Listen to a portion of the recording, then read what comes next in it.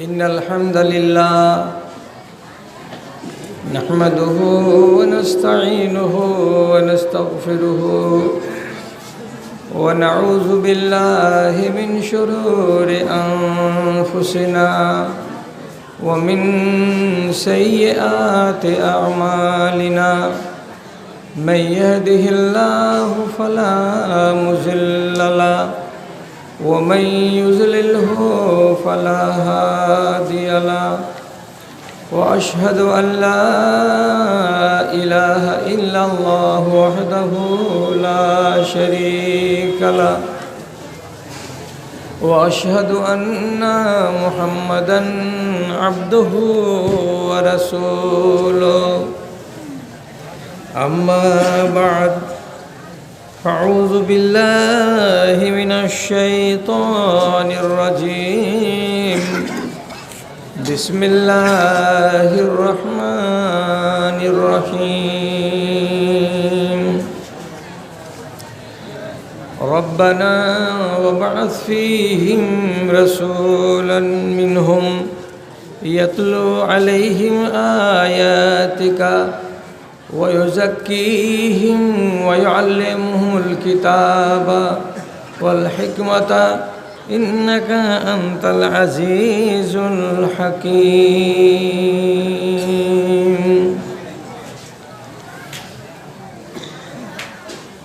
আমার মতো পাপী যেন কেহ নাহি হয়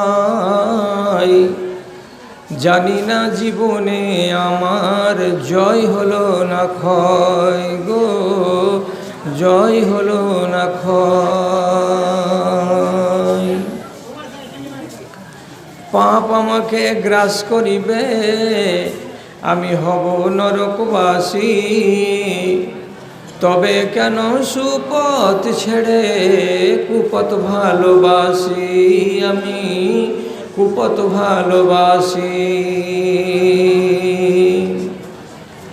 বাহির খানা মানুষ আমার ভিতর মানুষ নয় জানি না জীবনে আমার জয় হলো না ক্ষয় গো জয় হলো না ক্ষয়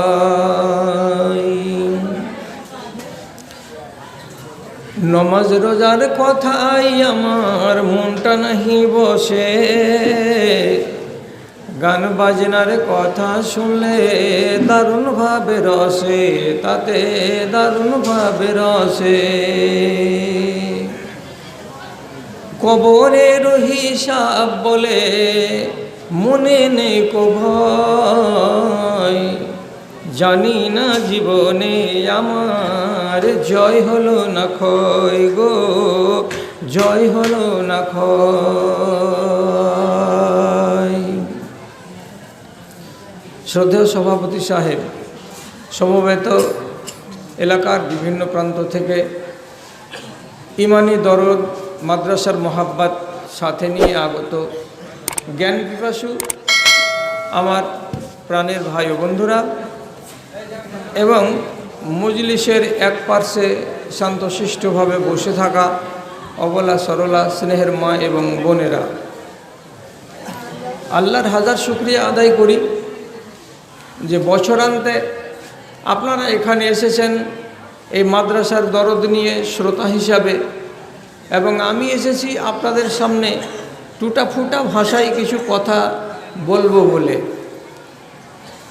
আমাদের উভয় পক্ষের মনের ভেতরে একটা ইখলাস আছে যে এটা একটা ধর্মীয় প্রতিষ্ঠান তারও ভালোবাসা আমাদের এইখানে টেনে এনেছে আল্লাহ সুযোগ দিয়েছেন বলে মাগরিব থেকে নিয়ে অদ্যাবধি বিভিন্ন ওলামায়ে দ্বীনের মুখ থেকে খুব ভালো ভালো কথা শোনার সুযোগ হলো ইমানকে ঝাড়াই মাড়াই করে তাকে আবার শান দিয়ে নতুন করে পাইন চড়িয়ে একটুখানি চাকচিক্য করে নেওয়ার সুযোগ আমরা হাতে পেলাম এই জন্য আল্লাহর শুকরিয়া আদায় করি সবাই মিলে যদি একবার বলতে পারতাম মুহাব্বতের সাথে আলহামদুলিল্লাহ তারপরে তার প্রেরিত রসুল মানবকুলের শ্রেষ্ঠ মানব নবীকুলের শিরোমণি বিপ্লবী জননেতা হজরতে মুহাম্মদ মুস্তাফা সাল্লাল্লাহু আলাইহি ওয়াসাল্লামের উপর শত সহস্র দারুদ ও সালাম নাজিল হোক।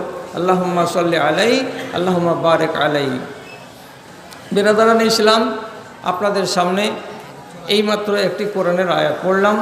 তাকে টার্গেট করে সামনে রেখে আমার বরাদ্দ সময় ঠিক ঠাউরে উঠতে পারছি না যে কতটা হবে। তার মানে এইটাই ভেবে নিতে পারি যে আপনাদের উঠে যাওয়া পর্যন্ত, এবং ইনশাল্লাহ 1টা বাজতে বাজতে আপনারা উঠে যাবেন। অতএব এই সময়ের ভেতরে এটার ব্যাখ্যা যতদূর সম্ভব করে দিয়ে আপনিও বিদায় হবেন, আমিও বিদায় হব। কথা না বাড়িয়ে আসল কথাই চলে আসি। ঈমানের 4র্থ নম্বর যেটা অংশ, তার নাম দুনিয়াতে যত নবী এসেছেন তাকে বিশ্বাস করা। ঈমানের 6টি অঙ্গ, তার ভেতরে 4 নম্বর যেটা অঙ্গ, তা কি বললাম যে আমাদের নবীর আগে যত নবী এসেছেন সকল নবীকে বিশ্বাস করা। এতে লাভ কি? লাভ হলো এই, মুসা নবীকে বিশ্বাস করলে তার জীবনে যা ঘটেছে তাকে বিশ্বাস করব, এবং সেখান থেকে কিছু শিখব, কিছু জানব। আর ওকে যদি বিশ্বাস না করি তাহলে ওর জীবনে যত কিছু ঘটনা প্রবাহ ঘটেছে একটাও বিশ্বাসযোগ্য নয়। কাজে ওখান থেকে শিখলাম কি? ঠিক এই রকমে নবী ইব্রাহিম আলাইহিস সালাম, ও আমাদের নবীর আগে, তাকে যদি বিশ্বাস না করি তাহলে নবী ইব্রাহিম ও যদি অবিশ্বাসের পাত্র হয়, নাউজুবিল্লাহ, তাহলে উনার জীবনে যত কিছু ঘটেছে সেগুলোকে কেন্দ্র করে আমাদের সেখান থেকে জানার এবং মানার কিছুই নেই। এই জন্য আল্লাহ তাআলা আবার নবী বলছেন যে আম্বিয়ায়ে কেরামকে বিশ্বাস করতে হবে, এবং তাদের জীবনীতে যা কিছু ঘটেছে সেগুলোকে আমাদেরকে মানতে হবে। সংক্ষেপে বলি, আজ বিভিন্ন নবীর কথা বাদ দিয়ে নবী ইব্রাহিমের 2-4টা কথা কেন বলতে গেলাম? নবী ইব্রাহিমের আমাদের উপরে যত অবদান আছে, অন্য নবীর আমাদের উপরে তত অবদান নেই। এই জন্য নবী ইব্রাহিমের 2-4টা কথা আপনাদেরকে শোনাচ্ছি। হ্যাঁ, যদি নবী ইব্রাহিম না হতেন তাহলে আজ ঈদুল আজহার দিন 15,000 টাকা দামের খাসি কিনে এনে আপনি কুরবানি করতেন না। এটা কার স্মৃতি? হযরত ইব্রাহিমের।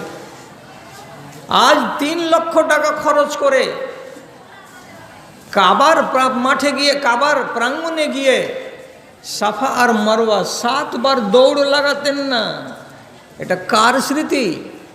নবী ইব্রাহিমের স্ত্রী হাজরা দৌড়েছিল পানির জন্য 7 চক্কর, তারই স্মৃতি। যখন এটা আপনার হয়ে যাবে, ওই ক্লান্ত শরীরে জমজমের পানি 1 গ্লাস পান করবেন ইন্দারার পাশে গিয়ে, কার স্মৃতি? নবী ইব্রাহিমের বেটা ইসমাইলের পায়ের এড়িতে যেটুকু খাল হয়েছিল সেই জায়গাতে তো আল্লাহ রাব্বুল আলামিন জমজমের ইন্দারা বানিয়েছিলেন। তাহলে তার সাথে তো সেই স্মৃতি বিজড়িত।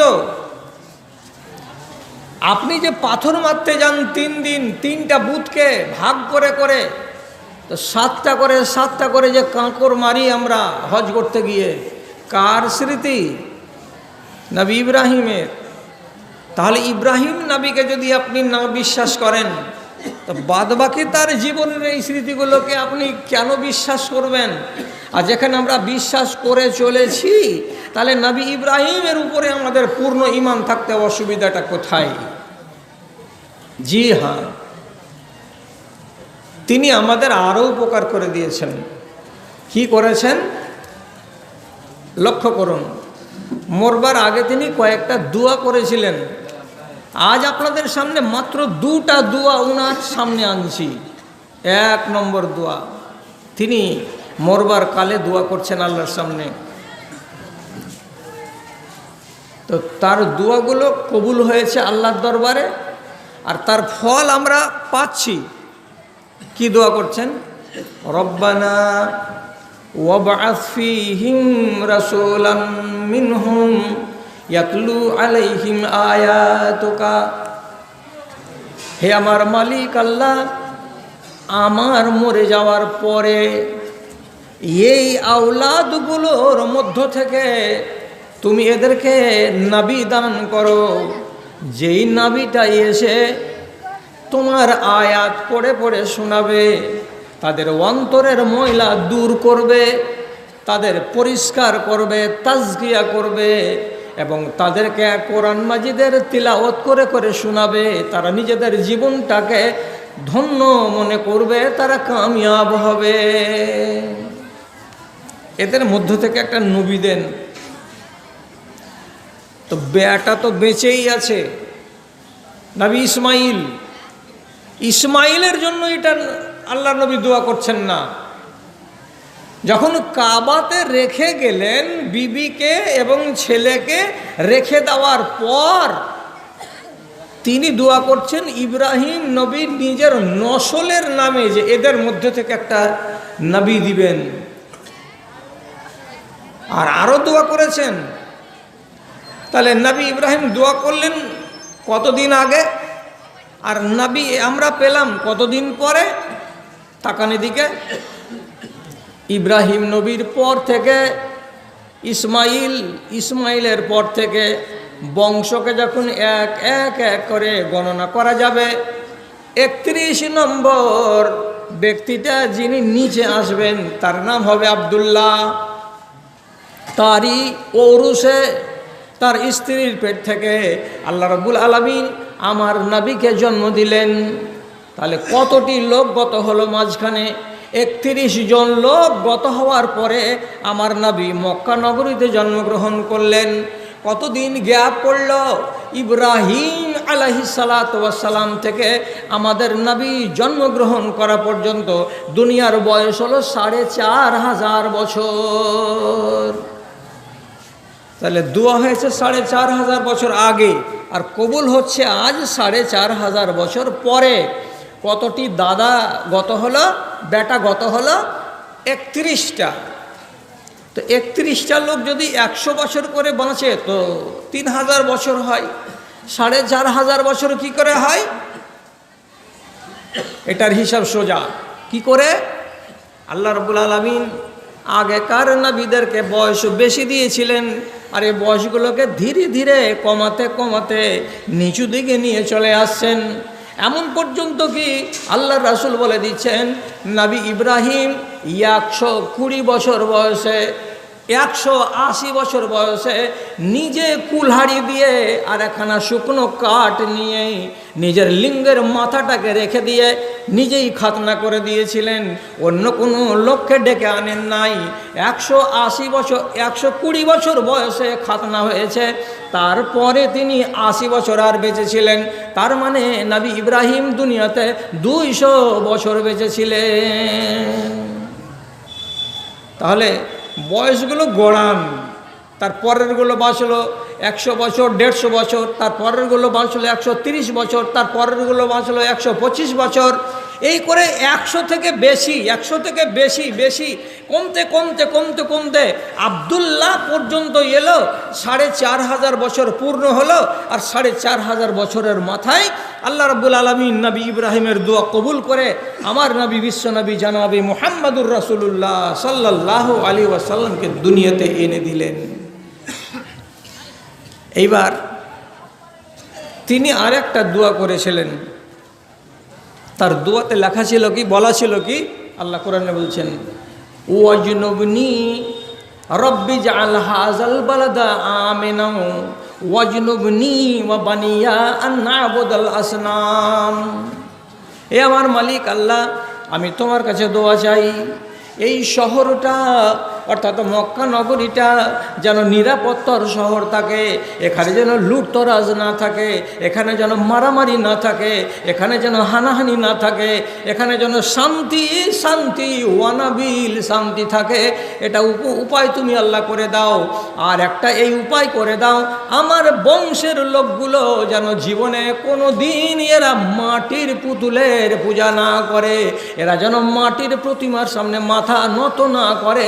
এই থেকে আল্লাহ তুমি আমাকে বাঁচাও, আমার পরিবারকে বাঁচাও। তো ওরই বংশ থেকে তো নবী পয়দা হবে। আর হলো আমার নবী 4500 বছর পরে। তো নবী ইব্রাহিমের দোয়াটা কবুল হলো না হলো না এটা আন্দাজ করুন। জ্ঞানী লোক অনেক বসে আছেন, এত লম্বা সময় চলে আসছে অথচ মাটির পূজা চলছে। ইব্রাহিম নবীর বাপ নিজে ছিল কি প্রতিমার মিস্ত্রি, প্রতিমা তৈরি করার। তো সেই যুগ থেকে তো চলেই আসছে মাটির পূজা, মাটির পূজা, মাটির পূজা, মাটির পূজা। আজ পর্যন্ত নবীজি এলেন, তো নবী যেই বংশের ধারা থেকে আসছেন ইতিহাসে বারবার প্রমাণ মিলছে। কি বলে? ওরা ধর্ম হারিয়ে দিয়েছিল, এটা ঠিক কথা। ওদের সামনে ইব্রাহিম নবীর মিল্লাত বাকি ছিল না, এটা ঠিক কথা। কিন্তু ওরা শেষ পর্যায়ে এসেও জীবনে কোনো দিন এরা মাটির প্রতিমার পূজা করে নাই। আব্দুল্লাহ নিজে মাটির প্রতিমাকে পূজা করেনি। নবীর মা জীবনে জাহিলিয়াতের যুগে কোনো দিন মাটির প্রতিমার পূজা করেনি। যদিও তারা দিন পায়নি, দিন থেকে সরেছিল, তার জন্য তারাকে মুশরিক বলা হয়েছে। কিন্তু এরা এমন বাজে মুশরিক নয় যারা মাটির খোদার পূজা করে গেছে। আল্লাহ রাব্বুল আলামিন ওই নবী ইব্রাহিমের দোয়ার বরকতে নবীর মাকে এবং নবীর বাপকে এবং নবীর দাদাকে, নবীর পুরো সিলসিলাকে মাটির প্রতিমার পূজা থেকে বাঁচিয়ে রেখেছিলেন। মেনে নিন কথাটা। না মানতে গেলে 4500 বছরের ইন্দারা, যার নাম হলো জমজম ইন্দারা, ইসমাইলের পায়ের তলায় উগেছিল। আর সেই ইন্দারা থাকতে থাকতে থাকতে থাকতে বিরান হয়ে গেল। এত লম্বা দিন থাকে, কবে বিরান হয়ে গেছে। কিন্তু আল্লাহ রাব্বুল আলামিন এই যে তার নবী দোয়া করছে যে আল্লাহ এই শহরটাকে তুমি আবাদ করো, আর এই জায়গাটাকে তুমি নিরাপত্তার স্থান বানাও। আমি আমার ছেলেকে, আমি আমার স্ত্রীকে এখানে রেখে গেলাম, এখানে তো মানুষজন হবে। তাই আল্লাহ তাআলা কাবার নিদর্শনকে জীবিত রাখবেন এবং কাবার আকর্ষণকে যেমন ছিল তেমন রাখবেন বলে তিনি কি করলেন, আবার ভাবলেন যে জমজমের ইন্দারা না থাকতে গেলে একটা দিক অসম্পূর্ণ হয়ে যাচ্ছে। তাহলে জমজম ইন্দারাটাকে কোথায় পাওয়া যায়? দেখেন, জমজমের বন্ধ বিরান নিশ্চিহ্ন ইদারাকে আল্লাহ আবার আবিষ্কার করাবেন। তো কাকে দিয়ে? যে বুতের পূজা করেছে তাকে দিয়ে। এইরকম লক্ষ্যে দিয়ে আল্লাহ তাআলা ইন্দারার খোঁজ দিলেন না, দিলেন কাকে দিয়ে? যারা জীবনে মাটির প্রতিমাকে খোদা বলে মানেনি, যদিও তারা মুশরিক। এমন মানুষগুলো কারা? তো আল্লাহর নবীর বংশের উপর গতি যত দূর যাবে তারা। নবীর বাপের নাম আব্দুল্লাহ, আব্দুল্লাহর বাপের নাম হল আব্দুল মুত্তালেব। এই লোকটা মুশরিক হতে গেলেও জীবনে কোনো দিন মাটির খোদাকে মানেনি, পূজা করেনি। রাতের বেলায় আল্লাহ রাব্বুল আলামিন তাকে স্বপ্নে দেখিয়ে দিলেন। কি স্বপ্নে দেখলেন? একদিন কাবার পার্শ্বে যেটা ঘেরা গোল জায়গা, যেটাকে হাতিম বলা হয়, ওইখানে শুয়ে আছেন। তো একটা লোক কে যেন এসে বলছে, তোমাকে খাল ফুটতে হবে জমজমের ইন্দারা। কোথায় ফুটতে হবে?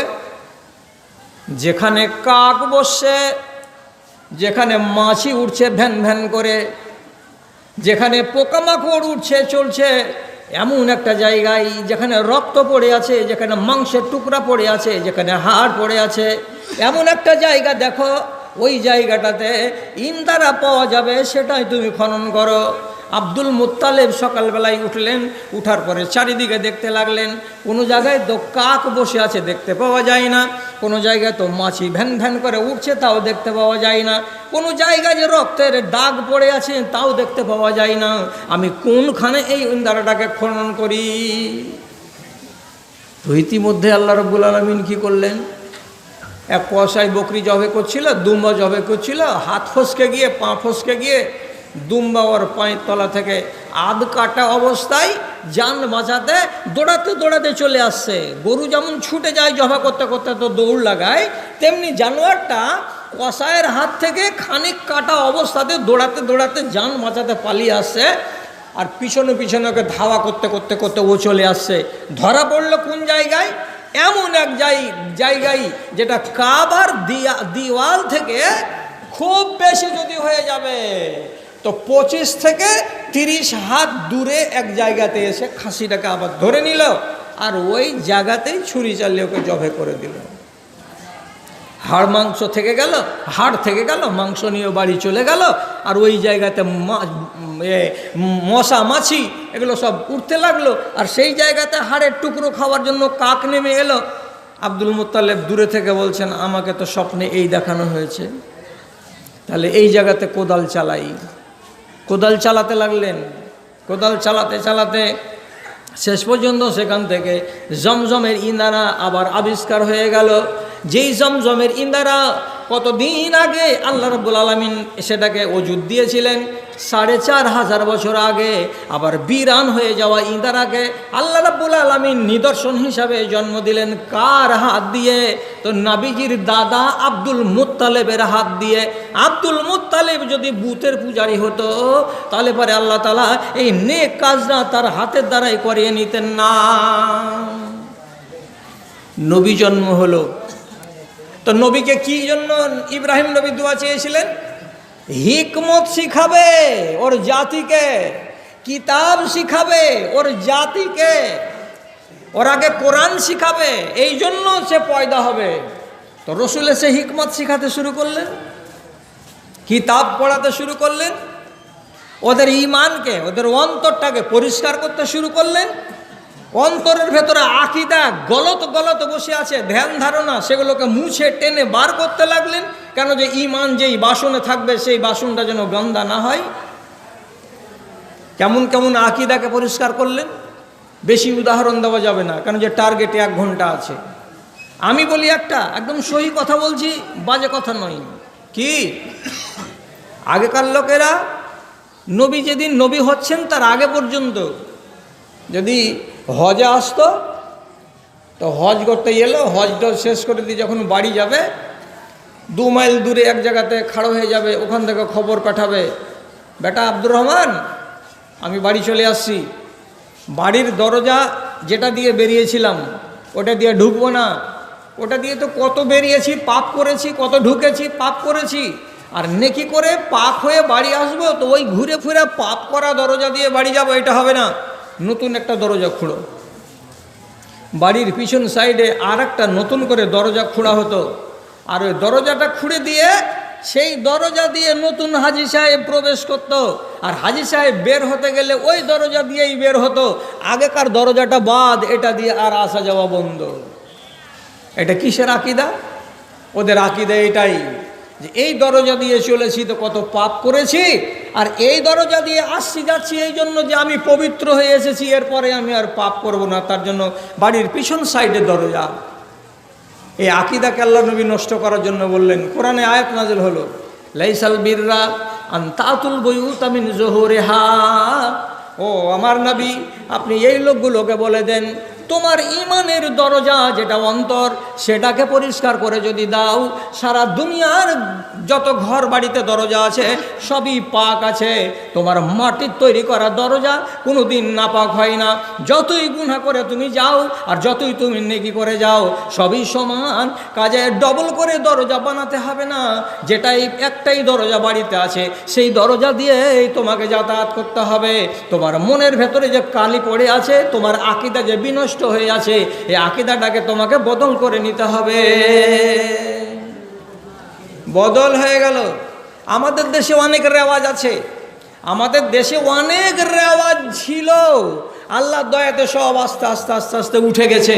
বিশেষ করে মা বোনদের ভিতরে যেগুলো রেওয়াজ ছিল আর বলিয়েন না।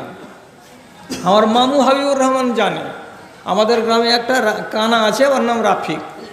তো ওর মাকে ওর নানি বলেছিল পিঠা খা, কিন্তু যেই পিঠার মুখ ফেটে গেছে ওই ফাটা মুখের পিঠা খাবি না, না তো তোর পেটে ছেলে আছে, ছেলে কানা হইবে। এই শালা আজগুবি কথা। ছেলেটা যদি পয়দা হলো তো শালা কানা, তো ওর নানি ওর মাকে মানে কিলাইবের লাগে তৈরি হয়ে গেছে যে হ্যাঁ রে খানগি, তুই কি লুকিয়ে পিঠা খেয়েছিলি নাকি, মুখ ফুটা পিঠা, তোর পহিলা ছেলে এরকম করে কানা কেন হইল? তো পিঠার সাথে চোখের কি সম্পর্ক আছে যে কানা হবে না চোখ ফুটা হবে, কি হবে? আকিদা মুছে গেছে।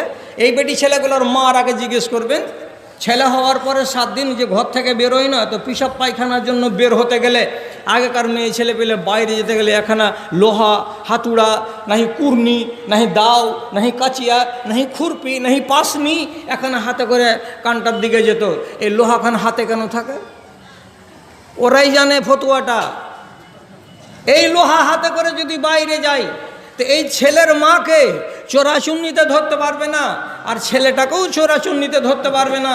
কেন যে একগুলো চোরাচুন্নি আছে দেশে, যাদেরকে মা বোনেরা বলতো ছেলে খাকা, অথচ হুতুম পেঁচা যার ডাকটা আছে বাজে, শুনতে খারাপ লাগে, সব সময় ও ডাকে না, যখন যখন ডাকে তো ডাকটা মন্দ লাগে।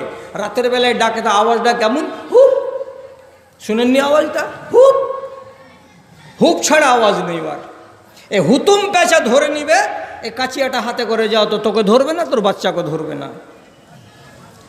আর আগেকার মেয়ে ছেলে হয়ে যেতে গেলে জানালা, কপাট, ছ্যাঁদা, ভেন্টিলেট সবকে পুয়াল দিয়া, ঝালা দিয়া, বন্ধ করে দিয়া, 3খান 4খান গোইঠাকে জ্বালিয়া ঘরকে ধোঁয়া করে রাখতো। আর ওই একটা 3 দিনের ছেলে অক্সিজেনের অভাবে কতদিন মরে গেছে, তো মা এসা ডাক দিয়েছে, খানকে কয়ে শুনে যে লোহাখান হাতে করে যাস, তো বিনা লোহাতে চলে গেছিল। দোষ দেয় কার? তো বাহিরকার। এগুলো হলো আকিদা। সঠিক কথা বলছি, আরবের লোকের আকিদা ছিল, হাসিয়েন না। আর আপনারাকে মানা করছি, কাউকে ঠাট্টাও করিয়েন না। কি কথাটা ছিল? ওরা বলছে যদি কেউ একজন কোনো ছোট বাচ্চা যার চোখটা টেরা দেখতে পায়, টেরা ছেলে যদি তারা দেখতে পায়, তো আর একজনকে শুনিয়ে বলে, জানিস রে জমশেদ ছেলেটা টেরা কেন? বলছে না ভাই আমি জানি না। টেরা কেন তো আমি কি জানি? শুন, জ্ঞানের কথা শিখাই। ওকে কানে কানে বলে কিসের জন্য বাচ্চাটা টেরা হয়েছে, তো বুদ্ধি শেখাচ্ছে, ওকে জ্ঞান দিচ্ছে। কি বলে? বলছি আর বাপ ওর মার কাছে যেদিন গিয়েছিল সেদিন আগের দিক থেকে গমন না করে পিছনের দিক থেকে গমন করেছিল, যার কারণে এই বাচ্চাটা টেরা হয়ে গেছে। আর বাপ যদি এই পাগলামিটা না করত, নিজের স্ত্রীর কাছে যেভাবে স্বাভাবিক মানুষ গমন করে সামনের দিক থেকে, তাহলে এই বেচারা ছোট ছেলেটার চোখটা টেরা হতো না। মুখ ঝেঁকেছে, ঠিকই কহেছিস বে শালা, এরকমই ছিল ওর বাপ তাহলে। আচ্ছা এরে বুদ্ধু, কোনো স্বামী যদি তার স্ত্রীর কাছে আসে গমন করে ব্যাক সাইড থেকে, তাতে যদি ছেলেটার চোখ টেরা হয়ে যায়, তো যেগুলো ছেলের চোখ কানা, তো ওইগুলোতে কি ওর বাপ মাথার দিক থেকে এসছিল বে, যে 2 চোখেরই কানা হয়ে গেল? এটা কোনো যুক্তির কথা হলো? অথচ আকীদা অন্তরে মজবুত হয়ে বসে আছে না, এটাই বিশ্বাস আমাদের। আল্লাহ তাআলা নবীকে পাঠালেন কেন? ওয়ায়ুআল্লিমুহুমুল কিতাবা ওয়াল হিকমাতা ওয়া ইউযাক্কিহিম। তাদের অন্তরের ভেতরে যে বাজে ধারণাগুলো বদ্ধ হয়ে আছে সেগুলোকে টেনে বার করার জন্য নবীজির কাছে আয়াত নাজিল হলো। তাতে বলা হলো নিসাউকুম হারসুল্লাকুম ফাতু হারসাকুম আন্না শি'তুম। তোমাদের বাড়িওয়ালিগুলো হলো তোমাদের জমির মতো। তোমার যদি 1 বিঘা জমি থাকে, সেই জমিতে তুমি যদি ইচ্ছা করো পূর্ব দিক থেকে হাল চালাবে, তো তোমাকে কেউ নিষেধ করবে না। তুমি যদি ইচ্ছা করো উত্তর দিকে হাল চালাবে, তোমাকে নিষেধ করবে না। তুমি যদি ইচ্ছা করো পশ্চিম দিক থেকে হাল চালাবে, তোমাকে কেউ নিষেধ করবে না। তোমার জমিতে হাল চালাতে তুমি যেমন স্বাধীন, তেমনি তোমার বাড়িওয়ালির কাছে গমন করার ব্যাপারে তুমি স্বাধীন। আগে বলে কোনো ব্যান নাই, পাছে বলে কোনো ব্যান নাই। এটা তোমার ইচ্ছার উপরে নির্ভর করে। তুমি যেমন করে মিলন করতে পারো সেটা তোমার হলো ইচ্ছা। এর উপরে ছেলে কানা হওয়া বা তার চোখটা টেরা হয়ে যাওয়া কিছুটাই নির্ভর করে না। এগুলো হচ্ছে মনের কালি। এগুলোকে রসুল কি করছেন? পরিষ্কার করছেন। ইব্রাহিম নবী দোয়া করে দিলেন, এতদিন পরে নবী এলো। তাহলে নবী এসেছেন কি হয়ে? মাওলানা হয়ে, মাস্টার হয়ে তো শিখাচ্ছেন তো। তিনি নিজে বলছেন, রাসূলকে একজন সাহাবী জিজ্ঞেস করে বলছেন, আখবিরনা আন নাফসিকা, হে আল্লাহ পাকের রসুল, আপনার পরিচয়টা কি আমাদেরকে দেন, আমরা জানতে চাই আপনি কি জিনিস, আপনি কেমন নবী, আপনাকে কেমন করে আমরা পরিচয় করব, কেমন করে লোকের সামনে পরিচয়টা দেব। নবী তখন বলছেন, আমার পরিচয় হলো তিনটা। এই তিনটা কথা যদি বলো, তিনটা কথা যদি মানো, তাহলে আমাকে নবী বলে পরিচয় দেওয়া হবে। এক নম্বর পরিচয় হলো এই, আনা দাওয়াত আবি ইব্রাহিম, আমি হলাম এক নম্বর পরিচয় এই যে আমার বাপ নবী ইব্রাহিমের দুয়ার ফসল, যে দোয়াটা নবী করে দিয়েছিলেন, সেই দুয়ার জ্যান্ত রূপ হলাম আমি। তিনি যদি দোয়া না করতেন তাহলে আমি নবী হয়ে আসতাম না। আমার বাপের দোয়া, কে? ইব্রাহিম আলাইহিস সালাম। তিনি দোয়া করলেন, আমি বাস্তব রূপ নিয়ে দুনিয়াতে এলাম, এই সেই নবী। এক পরিচয়। দুই নম্বর তিনি বলছেন, ও আনা বাশারাত ঈসা, আমি হলাম নবী ঈসা আলাইহিস সালামের শুভ সংবাদ। কেন যে আমার জন্মের 700 বছর আগে একজন নবী দুনিয়াতে গত হয়ে গেছেন, তার নাম হলো ঈসা। তিনি সেই নবী নন, বরং উনি হলেন অন্য বংশের নবী। তার জন্য নবী ইব্রাহিম দোয়া করেন নাই, কিন্তু সেই নবী দুনিয়াতে আসার পরে আমার 700 বছর আগে দুনিয়ার মানুষকে শুভ সংবাদ দিয়ে গেছিলেন। তিনি কি বলে গেছিলেন? ইয়াতি মিন বাদি ইসমুহু আহমদ, ওরে লোকেরা, বানি ইসরাইলেরা, তোমরা শুনো, আমি নবী ঈসা, আমি গত হয়ে যাব, আমি চলে যাব, আর আমার পরে একজন নবী আসবে, ইয়াতি মিন বাদি, আমার পরে সেই নবীটা আসবে, তার নাম হবে কি? আহমদ। এই আহমদ বলে যে নবী আসবে বলে আগাম খবর দিয়ে রেখেছেন, শুভ সংবাদ দিয়ে রেখেছেন কে? নবী ঈসা। তো সেই নবী ঈসার শুভ সংবাদ কে? তো সেই শুভ সংবাদ আমি। আমার নাম মুহাম্মদ, আমার নাম হলো আহমদ। দুটো পরিচয় আমার হলো। তিন নম্বর পরিচয় কি? আমার পরিচয় হলো এই, যেই জিনিসটা আমার মা আমাকে আমার সম্বন্ধে দেখেছিলেন। আমার মা কি দেখেছিলেন? সহিহ হাদিস থেকে বর্ণিত, যখন আমি আমার মায়ের পেটে জন্ম নিয়েছিলাম, আমি যখন মায়ের পেটে 4 মাসের ছেলে, 5 মাসের ছেলে, রাত উম্মি নূরান আজা আলাহু কসুরা শামি মিন আহলিল বাসারাতে, আমার মা আমাকে পেটে রাখা অবস্থাতে তিনি দেখেছিলেন তার শরীর থেকে একটা আলো বেরিয়ে গেল। সে আলোটা কত দূর গেল, কত দূর গেল, তিনি বলছেন, মানে আমার মা বলছেন, এই আলোটা মায়ের শরীর থেকে বের হলো, তো উত্তর দিকে 2 ঘন্টার রাস্তা এরোপ্লেনে যেতে সময় লাগবে। সিরিয়া এলাকায় দক্ষিণ প্রান্তে বাসরা শহরের বড় বড় বাড়িগুলোতে লাইট গিয়ে পড়লো, এই নূর গিয়ে পড়লো, আর মক্কা নগরী থেকে সেই আলোগুলো দেখতে পাওয়া গেল, সেই বাড়িগুলো দেখতে পাওয়া গেল। আমার মা যে লাইটের দ্বারাই দেখেছিলেন এত দূরের রাস্তাকে, আর দেখতে পেয়েছিলেন ওই যে বড় বড় বিল্ডিংগুলোকে, তো সেই নূর যেটা আমার মায়ের শরীর থেকে বেরিয়েছিল, এই নূর কোনটা? তো সেই নূর হলাম আমি হলাম সেই আলো। তিনটা পরিচয় আমার, যারা বলে দিবে তারা আমার নবুয়ত সম্পর্কে সুসংবাদ দিয়ে দেবে যে হ্যাঁ এটা ঠিক।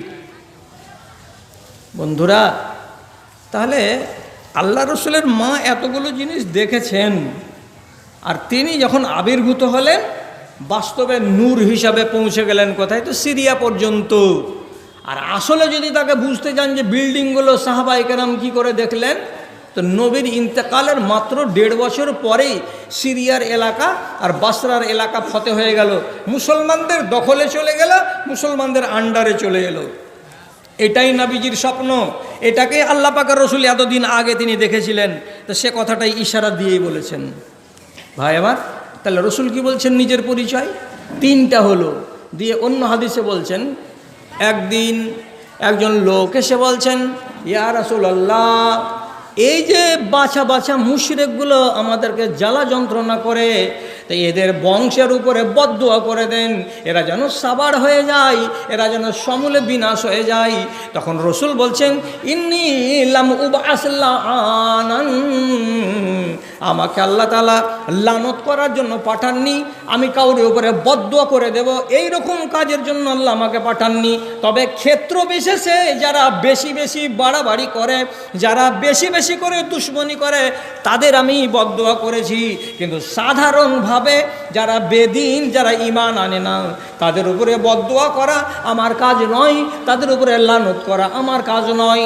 বরং কি, ইন্নামা আনা বুইসতু মুআল্লিমান, আমাকে আল্লাহ রাব্বুল আলামিন পাঠিয়েছেন মুআল্লিম বানিয়ে, শিক্ষক বানিয়ে, টিচার বানিয়ে। আমি মানুষকে শিক্ষা দেব, আমি মানুষকে তালিম দেব, আমি মানুষকে জ্ঞান দেব। অতএব আমার দ্বারাই এইরকম কথা শোভনীয় নয়, কাউকে আমি লানতান করব না। আমি হলাম মুআল্লিম, আমি শিখাচ্ছি, এরাকে শিখাচ্ছি, ওরাকে শিখাচ্ছি, মেয়েদের শিখাচ্ছি, ছেলেদের শিখাচ্ছি। তো রসুল শিখালেন, কতদিন শিখালেন? এটাও তো দেখতে হবে যে কতদিন শিখালেন। মক্কাতে শিখালেন 13 বছর, মদিনাতে শিখালেন 10 বছর, 13 আর 10 23 বছর। তো শুধু শিখাতেই থাকবেন এটাই নিয়ম, না ছাত্রদের মাঝে মাঝে পরীক্ষা নিতে হয় এটাও নিয়ম? খালি পড়াইতে থাকবেন না একবার পরীক্ষা নেবেন? পরীক্ষা নিতে হবে, মাঝে মাঝে পরীক্ষা নেওয়া দরকার। তো পরীক্ষার ব্যবস্থাটা কোথায়? রসুল তো মুআল্লিম হয়ে কাটিয়ে দিলেন, এখানে 13 বছর, এখানে 10 বছর। তো পরীক্ষা কে নেবে? তিনি নিজেই বলছেন, মালিক আমার চোখের সামনে এই লোকটি আছে, এই লোকগুলোকে আমি ঈমানের তালিম দিয়েছি, এদেরকে হালাল শিখিয়েছি, এদেরকে হারাম শিখিয়েছি, এদেরকে জায়েজ শিখিয়েছি, এদেরকে নাজায়েজ শিখিয়েছি। এবার পরীক্ষা নেওয়া তোমার কাজ, পাস করবে কে আর ফেল করবে কে এটা তুমি করবে মালিক আল্লাহ, এটা আমার কাজ নয়। তুমি পরীক্ষা করো, করে দেখো যে এরা পাস করতে পারে না পারে না। কি কি পরীক্ষা নিবে আল্লাহ তাআলা? এবার এক একটা লোকের পরীক্ষা এক এক রকম, যদি আপনার কাছে আমি শোনাই তো অনেকটা টাইম লাগবে। ছোট করে একটু শোনাচ্ছি আপনাকে। রসুল বললেন কোরআনের আয়াত পড়ে, মুমিনা বেটি ছেলে মুমিন স্বামীর জন্য জায়েজ। স্বামী যদি কাফের হয়, বাড়িওয়ালি যদি মুমিনা হয়, তাহলে ওই বাড়িওয়ালিটা ওই স্বামীর কাছে থাকতে পাবে না। যদি বেটা ছেলের স্বামীটা মুমিন হয় আর বাড়িওয়ালি যদি কাফেরা হয়, ঈমান না আনি, তাহলে ওই কাফের বাড়িওয়ালির কাছে মুমিন বেটা ছেলে থাকতে পাবে না। তোমাকে বাদ দিয়ে দিতে হবে, তাছাড়া কোনো উপায় নাই। কেন যে তোমার ধর্ম আলাদা। স্ত্রী যদি গায়ের মুসলিম হয় আর স্বামী যদি মুসলমান হয়, ওর কাছে শোয়া যাবে না। স্বামীটা যদি গায়ের মুসলিম হয় আর স্ত্রীটা যদি মুসলমান হয়, ওই স্ত্রী ওই স্বামীর কাছে রাত কাটাতে পাবে না। কেন যে এর জাত আলাদা, ওর জাত আলাদা। জাত বদল হয়ে গেছে। পরীক্ষা করে দেখেন এবার। ইকরামা বিন আবু জাহালের বেটা, দুর্দান্ত লোক। ইসলাম যেদিন কবুল করেনি তার আগে পর্যন্ত যত পীড়া দিতে হয় রসুলকে, এত পীড়া দিয়েছে আর এত কষ্ট দিয়েছে। যেদিন ফাতহ মাক্কা হলো, সেই দিন বহু লোক ইসলাম কবুল করলো। তো ওই দিনই তার বাড়িওয়ালিও ইসলাম কবুল করে নিল। বেটি ছেলেটার নাম হাকিমের মা। কি বললাম? হাকিমের মা। আরবিতে হাকিমের মা বলে না, আরবিতে বলে উম্মে হাকাম, উম্মে হাকিম। এই মেয়ে ছেলেটি সেদিন ঈমান কবুল করলো। আর রসুল রাগের জ্বালাতে 4টা লোকের নাম লিখে কাবার দেওয়ালে ঝুলিয়ে দিলেন, দিয়ে বললেন এই 4টা লোকে যেখানে পাও মার্ডার করে দাও। 1 নম্বরের নাম এ হাকিমের মা, যে নাম বললাম, এর স্বামী ইকরামার জান বাঁচাবার তাগিদে পালিয়ে গেল ইয়ামান দেশ। আর এই বিবি মুসলমান বিবি, ইমানদার বিবি, রাসূলের কাছে এসে মিষ্টি ভাষায় আরজি জানিয়ে বলছে, রাসূল কোনো স্ত্রী লোকের যদি স্বামী না থাকে তার কোনো মূল্য নাই। আমার স্বামীর নাম হলো ইকরামা, যে ইকরামাকে আপনি তার খুনকে বরবাদ করে দিয়েছেন, যার নামটা কাবার দেয়ালে ঝুলছে। মক্কার লোকেরা যেখানেই পাবে তাকে মার্ডার করে দেবে, কোনো দিয়াত লাগবে না, কোনো ডন লাগবে না। আমি তার বাড়িওয়ালি আপনার কাছে এসে ফরিয়াদ করি, আল্লাহর রসুল একটু অনুমতি দেন, আমার স্বামীকে ধরে নিয়ে আসবো, আপনার সামনে হাজির করব, ওকে তওবা করাবো, ওকে ঈমান আনাবো। আপনি নিরাপত্তা না দিলে কাবার কাছে আসবে না, মক্কায় ফিরে আসবে না। কেন যে কোনো লোক যদি জানতে পারে ইকরামা ফিরে এসেছে তো মার্ডার করে দেবে। আর আপনি যদি নিরাপত্তা দিয়ে দেন, চারিদিকে লোক জেনে যাবে আল্লাহ পাকের রসুল নিরাপত্তা দিয়েছেন, কাজে তাকে মারবে না, তাকে মারা যাবে না। বেটি ছেলে রসুলকে বলছেন আমার স্বামীর জন্য নিরাপত্তা দেন, কেউ যেন না মারে। রসুল বললেন ঠিক আছে, তোমার স্বামীকে নিরাপত্তা দিলাম। বেটি ছেলে চলে গেল ইয়ামান দেশ, 7 দিন লাগলো অতিক্রম করতে, উঠে চড়ে গেল। যে বাজারে বাজারে যেখানে যেখানে লোকের জটলা ওখানে যায় আর আওয়াজ করে, কি বলে আওয়াজ করে, ইয়া ইকরামা আইনা ইকরামা, হে ইকরামা কোথায়, ও ইকরামা তুমি কোনখানে লুকিয়ে আছো, আমি তোমার বিবি তোমাকে খোঁজ করতে এসেছি। বাজারের লোকেরা বলল এই বেটি ছেলেটা তো দূরের বেটি ছেলে, কাকে খুঁজে বেড়াচ্ছে, ইকরামাকে খুঁজে বেড়াচ্ছে। ইকরামাকে তো সকালবেলায় দেখেছি চৌরঙ্গি মোড়ের কাছে। বেটি ছেলেটাকে বললো ও মেয়ে ছেলে ওই চৌরঙ্গি মোড়ে যাও তো, ওখানে একটা বিদেশি লোক আছে, সেই লোকটাকে কি তুমি খুঁজে বেড়াচ্ছ নাকি, যাও একবার দেখে আসো তো। এই মেয়ে ছেলে হাঁটতে হাঁটতে যখন 1 কিলোমিটার দূরে ওখানে গেল, নিজের স্বামীকে দেখা মাত্রই চিনে নিয়েছে, আর চিনে নেওয়া মাত্রই তার কাছে গিয়ে বলছে ওয়াল্লাহে যেহেতু মিন খাইরিন নাসে, আমি এসেছি দুনিয়ার সবচাইতে ভালো মানুষের কাছ থেকে, এর থেকে ভালো মানুষ দুনিয়াতে আর কেউ নাই। আমি তোমার জন্য একটা কথা বলি, স্বামী আমার এই রকম করে পালিয়ে জীবন কাটবে না, এই রকম করে ভাগুড়া জিন্দেগি আর কতদিন কাটাবে, তুমি আমার সাথে চলো, মক্কা যেতে হবে, আর আল্লাহ পাকের নবীর হাতে হাত দিয়ে বয়াত করতে হবে, দিনটাকে বদল করে নিতে হবে, ঈমান আনতে হবে।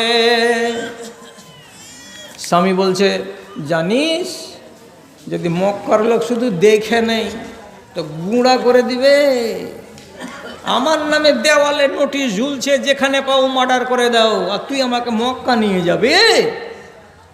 স্ত্রী বলছে তোমার জন্য রসুলের কাছে প্রাণ ভিক্ষা চেয়ে এসেছি, কেউ মারবে না। বলছে বলছিস কি রে, বেটি ছেলে এত বড় কাজ করে দিয়েছিস রে? বলছে হ্যাঁ সত্যি জি, তোমাকে মারবার জন্য আমি এসেছি, তোমাকে নিয়ে জীবন গত করব তার জন্য এসেছি। কত রাত কাটিয়েছি প্রেমের, কত রাত কাটিয়েছি মধুর, কত রাত কাটিয়েছি সুখের তোমাকে নিয়ে, আর আজ তোমাকে আমি দূরে ফেলে দিয়ে একাই সুখী হতে পারি না, তোমাকে নিয়েই সুখী হব, তার জন্য নবীর কাছ থেকে পারমিশন নিয়ে এসেছি তোমাকে খুঁজতে, চলো বাড়ি। স্ত্রীর কথায় বিশ্বাস করে হাঁটতে শুরু করলো। এক বেলা রাস্তা চলার পর 12 কিলোমিটার দূর অতিক্রম করে এক জায়গায় রাত এলো। যখন রাত এলো, স্বামী স্ত্রী দুজনে বসে শুকনো শুকনো একটু আহার খেয়ে নেওয়ার পর এবার রাতের বেলায় ঘুমাতে হবে, একটা গাছের তলায় ঘুমাতে যাচ্ছে। এখানে একটা বিছান লাগলো, আর 1 হাত দূরে এখানে একটা বিছান লাগলো, 2টা বিছান লাগলো। তো স্বামী ওকে জিজ্ঞেস করে বলছে আরে এই 3 মাস থেকে ভাগুড়া পালিয়ে বেড়াচ্ছি, আর আজকে তুই আমাকে নিতে এসেছিস, তোর সাথে সাথে আমি মক্কা যাব, তো এই যে রাত কাটাবো এখানে, তো বিছানা 2টা কেন আমি বুঝতে পারি না, একটা বিছানাতে তুই আর আমি ঘুমিয়ে যাব, তো এটা বিছানা কেন পারলি রে? 2টা বিছানার মানে কি? বিবি বলছে এটাতে তুমি ঘুমাবে, এটাতে আমি ঘুমাবো। স্বামী বলছে এটা কেমন কথা, বিবি যদি ওই ঘরে ঘুমাই আর স্বামী যদি এই ঘরে ঘুমাই, এটা দুনিয়ার লোক শুনলে কি কথাটা বলবে, এটা তো নিয়মের কথা নয়, এখানে আই বিছানটাকে জড়ো করে দে, আর একই জায়গাতে তুই আর আমি ঘুমাবো। এ কথা বলে স্বামী যখন বিছানটাকে বন্ধ করে দিল, তখন স্ত্রী তার স্বামীর সামনে গিয়ে বলছে দেখো হে আমার স্বামী, আমি জাত বদল করে নিয়েছি, আমি হলাম ইমানদার, আর তুমি জাত এখনো বদল করো নাই, তুমি হলে মুশরিক, তোমার সঙ্গে আমার মিলামিশা করা জায়েজ নয়, তোমার সঙ্গে শারীরিক সম্পর্ক কায়েম করা জায়েজ নয়। অতএব স্বামী আমার আছো, ময়া তোমার উপরে আছে, মমতা তোমার উপরে আছে, তোমাকে পাওয়ার জন্য চেষ্টা চালাচ্ছি, কিন্তু এই হালাতে তোমার কাছে আমি শুব না, তোমার গায়ে গা লাগাবো না, তুমি আমার সঙ্গে শারীরিক সম্পর্ক কায়েম করবে না। যদি কায়েম করে দিই তাহলে আল্লাহ রসুলকে অপমান করা হবে, আল্লাহর কোরআনকে অপমান করা হবে, আল্লাহর দ্বীনকে বেইজ্জত করা হবে। হরগিজ নয়, হরগিজ নয়, আমি তোমার পাশে শুব না, শুব না। স্বামী বলছে, আচ্ছা ধর্ম মেনেছিস রে, 2 মাস থেকে টাটিয়ে আছি আমি বিবি পাওয়ার জন্য, আর তুই টাটিয়ে আছিস স্বামী পাওয়ার জন্য। তো দিল্লি থেকে যদি 6 মাস পরে বাড়ি আসি আর তুই যদি কহে যাই আমি মার বাড়ি গেল, তো তোর মতন মায়া থাকার চাইতে না থাকাই ভালো। বলছে না, আইনের চোখ দিয়ে দেখছি, আইনের চোখ দিয়ে। আমার শরিয়ত বলছে এটা, আর তোমার বিবেক বলছে এটা। তোমার বিবেকের আমার কাছে কোনো মূল্য নাই, আমার কাছে শরিয়তের মূল্য আছে। অতএব শরিয়তকে আমি বাঁচাতে গিয়ে তোমার সঙ্গে আমি ঘুমাবো না। ঘুমালো না, স্বামী মেনে নিল। আর ওই হালাতে আলগা আলগা আলগা আলগা হয়ে চলে এলো মক্কা পর্যন্ত। মক্কা এসে রাসূলের সামনে তওবা তাহির করলো, ইসলাম কবুল করলো, আর তারপরে তখন তাদের ঘর বসতে শুরু হলো। আমি আর বাকি কথাতে যাচ্ছি না, আমি এ কথাটাতে টিকতে চাইছি। আল্লাহ তুমি পরীক্ষা নিবে কার? যেই লোকগুলো কোরআনকে মেনে নিয়েছে সেই লোকগুলোর পরীক্ষা নিবে, বেটা ছেলের না বেটি ছেলের?